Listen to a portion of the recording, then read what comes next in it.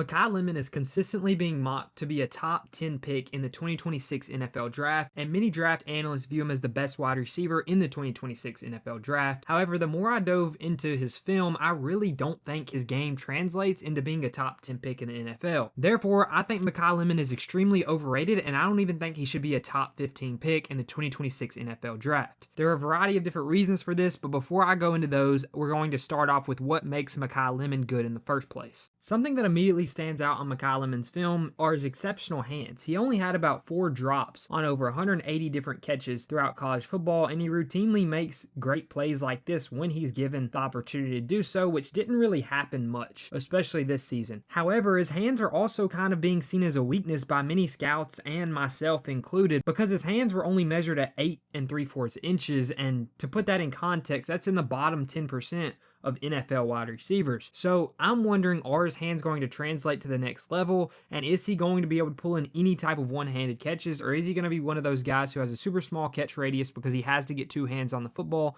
at all times? Something else worth noting, at 5'11 and 195, Makai Lemon's routinely going to be in the slot in the NFL just like he was in college. So a big part of his game is his route running. And as you see in these clips, he's really good at it, right? He's not elite by any means. I don't think he compares to Jordyn Tyson in regards to his route running, but he does a really good job of staying flat and not drifting in his routes, and he really does a great job of putting himself in open space when he's running them. For instance, if he were to cut this corner route too flat, he'd give the corner a chance to pick it off, but if he were to drift too far up the field, the safety would have a chance on it. He does end up making this catch because his quarterback was too late getting the ball out of his hand, but this is a great route by him right here. Next up right here, we're going to see a post right down the middle of the field, and watch how he uses his head to fake that safety outside. Don't get me wrong, I don't think 18's a great player. I'm going to point that out later, but breaks him inside, wide open there. Teammate gets the ball for a huge gain, but wide open, as you see there. Here we're going to have a slant, and watch him just stick this foot in the ground and go. No wasted movement, nothing like that by any means. He's a crisp route runner, but he's not as good of a route runner, in my opinion, as Jordyn Tyson, which instantly makes me say Jordyn Tyson is bigger, got longer arms, he's got bigger hands. I think he's all around a better wide receiver, and he compares more to like a Justin Jefferson type that you would take in the top 15 of an NFL draft, compared to a guy like Makai Lemon, who I think is closer to a younger Tyler Lockett, maybe a worse version of Amon-Ra St. Brown, who I just don't see the value there in a top 15 pick. Watch right here. He does a really great job on this backside dig over here at the top of your screen. Presses the DB space, gets him to flip his hips, breaks on the inside, doesn't get the football right here, but you can see he's an NFL level route runner, right? And that's not something I'd be worried about with his game. Could it get better? Yes. But my main concerns are going to be his size, what he brings to the table in comparison to his hand size, and really his potential compared to other guys in this draft, because Carnell Tate's bigger, stronger, faster hands, same speed, right? Jordyn Tyson, I would say, looks faster, better route runner, bigger, right? So I just don't think he should be getting the love he's getting as a top 10 wide receiver. Don't get me wrong, he's not awful, but no NFL safety is going to be this bad. Right? Look at number 18 right here. He completely flips his hips and just takes off running to bail into his half-field deep zone, right? I mean, this doesn't happen in the NFL, and I'm worried if we get a corner who's a little bit physical right there and chucks him in this zone, or we get a safety who's very handsy right here, or even just travels with him, I think they'll be able to keep up with him because he's 5'11", so he's not the most physical guy in the world, but he's also only running a 4.5, and that's kind of the way I feel about him. There's nothing he's incredibly great at. He's a good route runner. He's a decent run blocker. He's got good hands for the most part, but they're small, and there's really not anything that you can just call him elite at. And that's where I struggle giving him the grade of a top 15 pick, and I think whatever team drafts him inside the top 10 is going to come out regretting it in the long run. Or he might fall to about the 20 spot, be a good Z or Y for a team, and I think that's what he'll fit in. I just don't see the value in a top 15 pick. However, his biggest strength on tape by far, in my opinion, is what he can do in scramble drill. Reminds me a lot of a young Tyler Lockett, and that's why I kind of gave him that example. Tyler Lockett was about 5'10", 180. He's coming in at 5'11", 192. So he's going to give you slightly better run blocking, and instead of running a 4.4 40-yard dash, he's going to give you about a 4.5 40-yard dash. And I think that's really the difference between the two. He does a really great job on this sluggo right here, beats this safety deep, realizes his quarterback scrambling out, turns it around, gets back to his quarterback. Great job in scramble drill right there. Going to be lined up on the inside part of this bunch, going to go like we're running it in, hook it, realize our quarterback's in trouble, get out wide for him. We see the other guy coming to us and we keep drifting back to our quarterback. Quarterback makes up his mind way too late, don't know what he's doing there, and he throws a pick. Right? But we're putting ourselves in a situation where we're available for our quarterback. Same thing here. Watch, we're running this post. Quarterback can't hit us. Let's get back and work our way back to him. He's incredible in scramble drill. He really is. And it reminds me of a young Tyler Lockett here. Wide open, quarterback's in trouble, coming back to you to help you. Quarterback ends up getting sacked, but you see he kind of plays through the whistle and he really fights hard to get open and stay open for his quarterback, so he's going to be very friendly to quarterbacks, right? And another part of his game that really stands out to me in this scramble drill is what he's able to do vertically, pushing the ball downfield in this. And this is once again why he reminds me of Tyler Lockett, right? He's going to work his way back to the quarterback here, instantly push down the field. Quarterback underthrows him. That's something to mention about this tape also, and why it's kind of harder to get a read on him is his quarterback wasn't great by any means at all, right? I'd be interested to see what he can do at the next level with a better quarterback. But once again, I think there's just a ceiling on him where he can only be so good. And I think his ceiling is someone like Amon-Ra St. Brown. And I think his floor is someone who could be out the league in 3 years because of a couple reasons I'll point out closer to the end of the video. Right here, we want to be looking at him as someone who can be a utility guy, but also someone who got a lot of manufactured touches in college that kind of inflated his numbers. So right here, we're getting a screen, got 4 linemen blocking out in front, overrun them.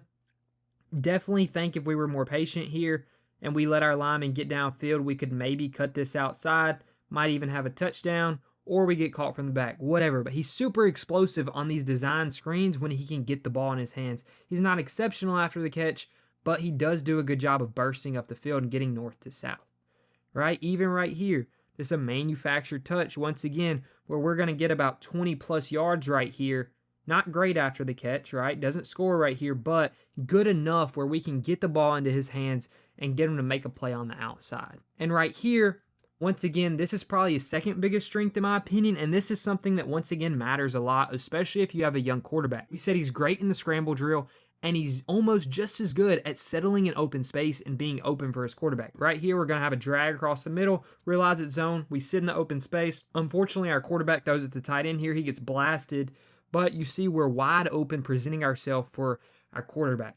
Next up on this next one, we're going to have another situation where we're finding the open space on this corner, right? Instead of rushing the route and getting to our corner quick, we're going to fake the crosser to open up space for our quarterback to fit the ball into us. He's going to lead us a little bit into the defender, but you see how he slows himself down out of the break? He does that because he knows he needs to keep himself away from this flat defender and really give his quarterback a chance to fire the football in there. Right here on this one, watch. You want to play off me? I'm going to settle on a hook, hit me, and let me get down the field. I meant to say hitch, not hook.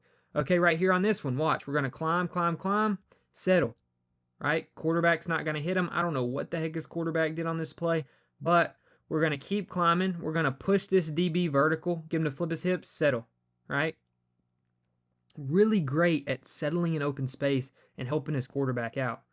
Right here, we're going to have a post, and I want you to watch this. He comes out of this break slow, and he does that intentionally. This isn't a knock on him. He's coming out of this break slow because his goal in coming out of this break is he realizes that this corner is playing him extremely high and off. So he knows if he can kind of turn this post into a bang eight rather than just a typical post, his quarterback's going to be able to fire it into him. He can catch a run and maybe score a touchdown here. Quarterback's not on the same page.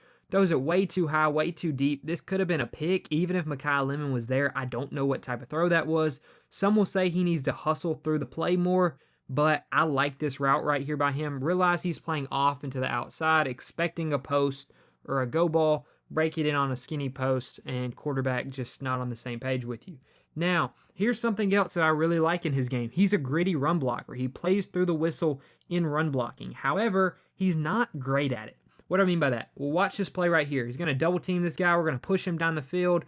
I'm not going to show a bunch of run blocking plays. This is going to be the only one I show. But trust me when I say this, I went through about 5 or 6 games of film. There were a lot of blocks that he could hold for a second or two, but he quickly gets beat by a lot of guys or he'll mistime it. Right now we're going to be looking at some of the negative parts of his game. This one right here is really, really important to me. Watch. He is going to rush his route right here. So we have a post. And instead of stacking this DB, and instead of hitting him with a stair climb technique where we stack him right here, fake the corner back to the outside and then stack him and get to this post. He just rushes it, tries to get across the field, gets held a little bit there, maybe a little bit of a grab, but he's just not fast enough, strong enough, explosive enough to cheat these reps like he will sometimes, right? Now, here's one that I have a big problem with. We mentioned how he plays through the whistle and scramble drill, but there are a lot of times on his film where something like this happens. He's running a fade, he doesn't expect to get the ball, and he just gives up right here. He's just giving up, looking over his shoulder, sees the ball, and then it's too late because he's gave up on it, right? Like, in the NFL, we need you running your routes 100% at all times, right? We can't be one of those George Pickens guys who's extremely explosive every single time he's running his routes all the way, but every once in a while you're just going to take the play off and cost your quarterback and your team, right? Here's probably my biggest negative about him. There's been a lot of buzz around him in the combine. People didn't like how he answered questions. He seemed nonchalant. He seems like a guy who's really not the same type of headspace that you'd want from an NFL wide receiver. And here's a play where he gets blown up because his wide receiver, number 8, doesn't do a good job blocking, right? And then we're going to yank the DB's foot, and we're going to give our team a 15-yard penalty for no reason, right? Just because we're angry.